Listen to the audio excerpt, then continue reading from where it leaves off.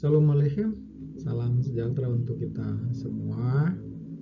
Bertemu lagi dengan saya Martin Tendean dalam kursus Bahasa Asli Alkitab.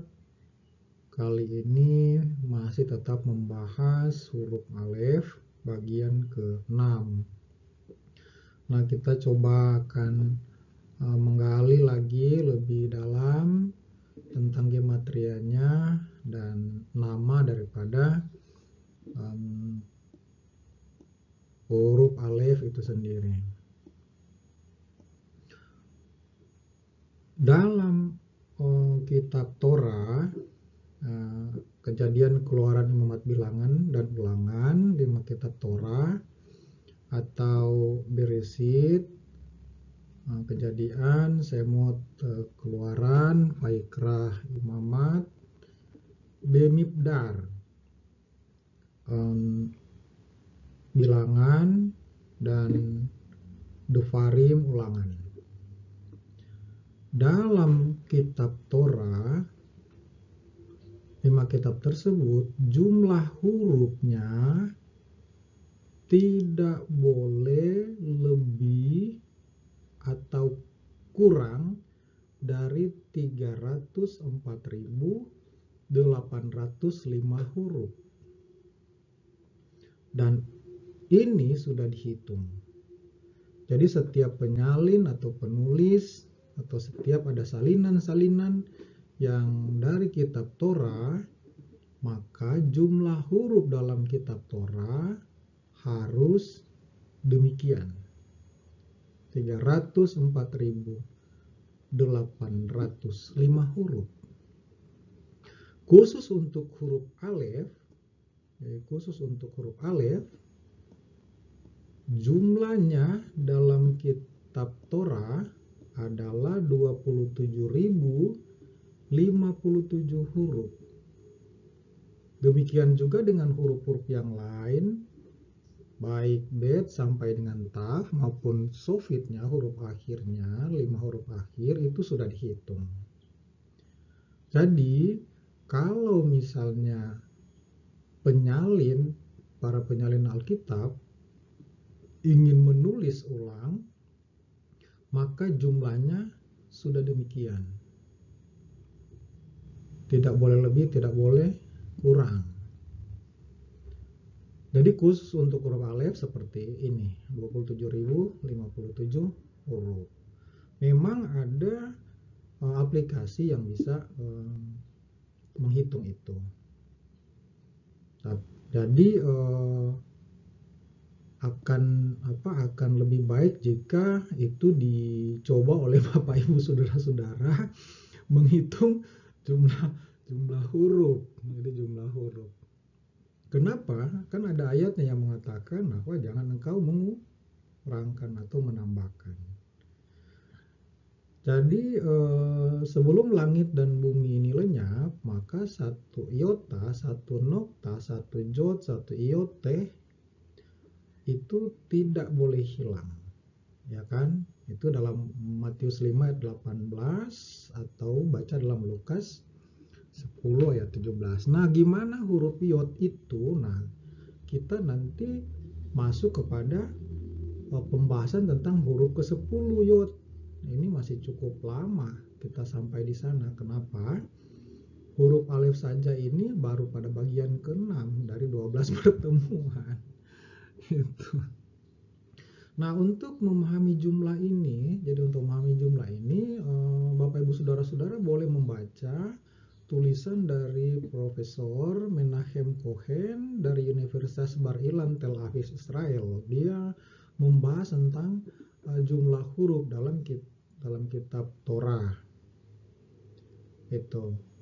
Jadi silakan, jadi Profesor Alkitab ini, jadi Alkitab yang dimaksud adalah Tanah Perjanjian Lama. Jadi guru besar Alkitab, guru besar Perjanjian Lama Ibrani. Itu. Tapi Alkitab yang dimaksud kita adalah PB dan PL untuk kekristenan. Itu. Jadi alef itu, jadi huruf alef itu berasal dari kata elef. dibaca elef. Jadi alef itu sebenarnya tulisannya adalah ini ya. Alef, lamet, dan p. Jadi alef, lamet, dan p. Kenapa dibaca elef? Karena ada tanda nikut di sini ini. Nikut. Ya, nikut itu maksudnya tanda baca. Dalam bentuk vokal. Kalau di Indonesia ada a, i, u, e, o. Cuma dalam konteks Ibrani sekitar ada 12 ya. 12 kalau saya tidak salah. Nanti kita masuk kepada apa? Kita masuk kepada materi itu nanti di saat kita akan belajar membaca. Itu ditandai dengan bentuk titik 3 ini. Jadi dibaca elef. Yang sebenarnya dalam konteks kuno itu tidak ada tanda-tanda seperti itu. Nanti pada awal abad 10 sudah mulai itu. Tapi bagaimana sejarahnya itu bukan dalam konteks itu, kita akan membahas itu.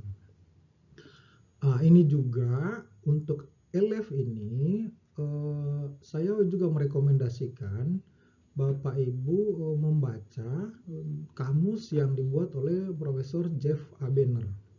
Jadi Profesor Jeff Abener. Demikian juga dengan Kamus Ibrani Indonesia untuk Perjanjian Lama yang dibuat oleh Reinhard Atzenbach. Jadi elef itu artinya lembu. Jadi lembu itu simbol kekuatan dan kepemimpinan. Nah, akan lebih jelas kalau Bapak Ibu Saudara-saudara melihatnya dalam Kamus Ibrani kuno tersebut. Itu Jeff Abener memang pakarnya, salah satu pakarnya ya.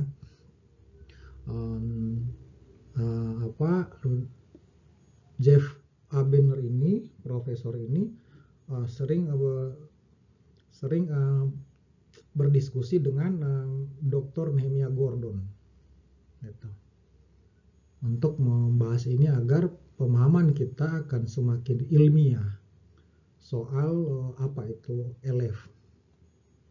Nah, nama atau perkataan alef ini ya, atau tulisannya alef, lamet, dan p, itu nilai gematrianya itu alef 1, lamet 30, dan p itu 80.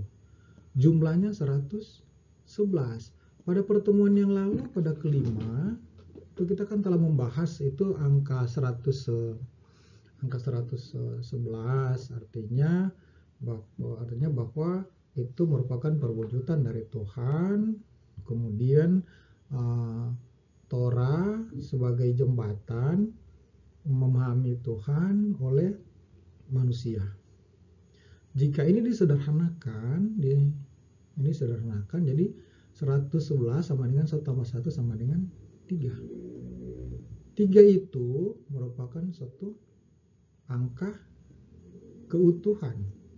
Artinya ya, atau simbol daripada keesaan. Dalam konteks keesaan itu, ketiga yang esa itu pasti akan merujuk kepada Tritunggal. Itu. Nah, bagaimana hubungan Tritunggal dengan dengan kitab Torah, itu nanti kita akan bahas secara mendalam, karena ini kita membahas tentang huruf. Jadi 3 itu bisa juga berarti tentang kehidupan, kematian, dan kebangkitan. Kehidupan, kematian, dan kebangkitan. Memang ada beberapa arti-arti yang lain, tetapi saya tidak akan membahas itu dalam konteks di luar konteks Ibrani. Jadi simbol ini, kembali lagi, simbol daripada 111 itu adalah kesatuan dalam 3 tingkat. Jadi kesatuan dalam 3 tingkat, yakni Tuhan sebagai sumber, kemudian Torah sebagai ekspresinya. Jadi Tuhan menyatakan ekspresinya, menyatakan seluruh keberadaannya untuk diingat, untuk dibaca oleh manusia sebagai penerima. Ini maksudnya angka alef dalam konteks penyebutannya. Dalam konteks penyebutan alef, yaitu alef, lamet, dan p. Itu. Nah, jadi penyusun nama daripada alef. Jadi penyusun dari nama alef itu sebenarnya, alef itu kita sudah melewati berapa kali pembahasan bahwa alef itu sebenarnya adalah Tuhan itu sendiri.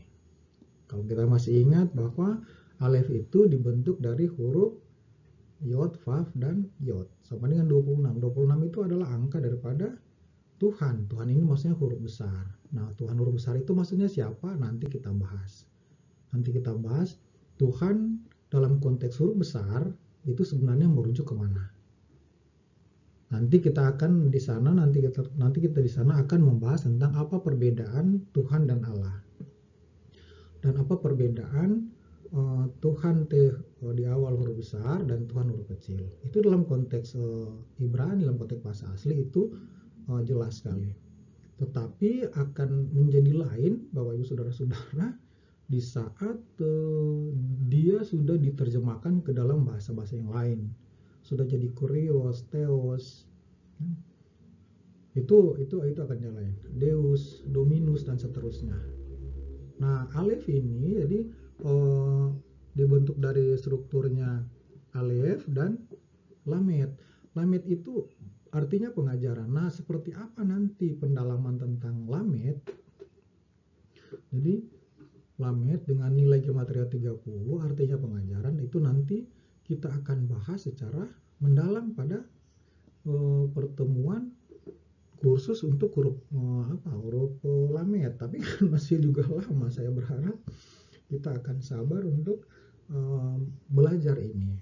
Kecuali ada Bapak Ibu Saudara-saudara yang nanti berdiskusi dengan saya, kita akan saling berbagi, kita akan saling melengkapi dalam konteks memahami bahasa asli Alkitab. Karena banyak hal-hal yang tidak dapat dijelaskan, tidak dapat diungkap oleh bahasa terjemahan, dari bahasa Alkitab terjemahan. Apakah itu bahasa Inggris, bahasa Yunani, atau bahasa lain yang ada di dunia ini, selain memang harus diungkap melalui bahasa aslinya. Nah, struktur yang terakhir yang membentuk huruf alef itu adalah P.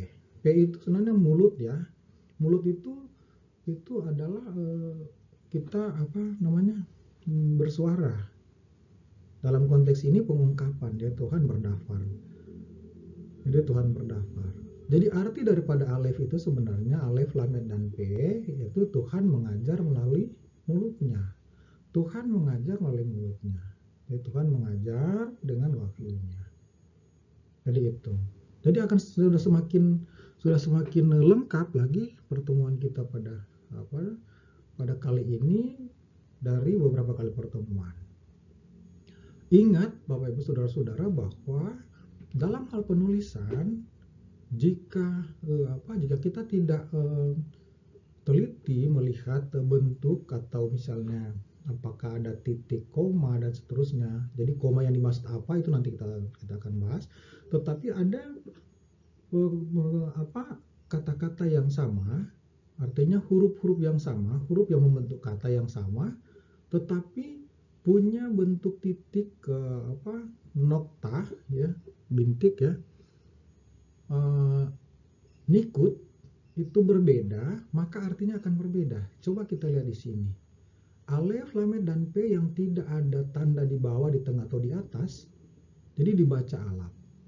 Dalam kitab Ayub artinya mengajar. Ya, ini. Nah, nanti seperti apa itu nanti kita akan bahas lagi karena ini sudah menyangkut kata.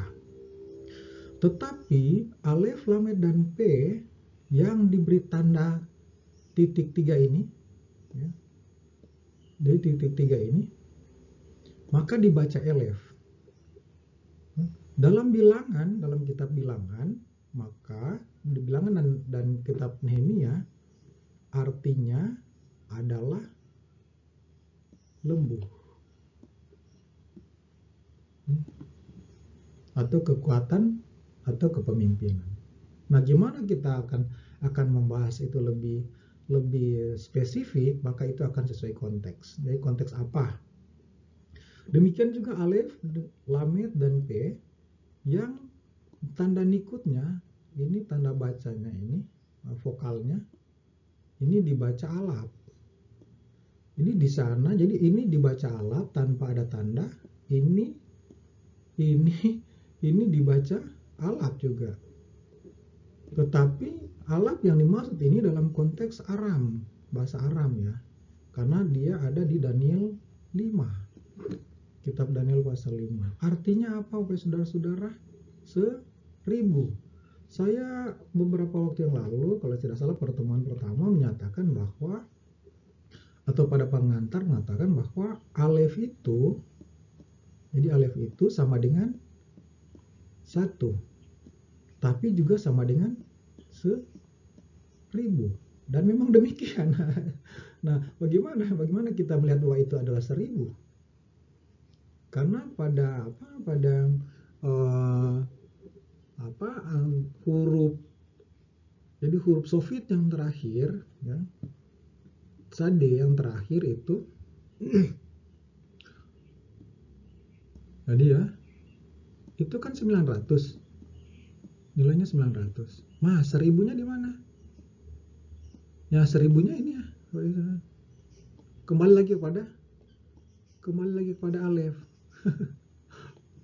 Kembali kepada alef. Nah, seperti apa itu semua Bapak Ibu Saudara-saudara? Kita nanti akan semakin lagi mungkin akan digenapi, dilengkapi pengetahuan kita tentang huruf alef ini di saat kita akan masuk kepada materi yang ketujuh.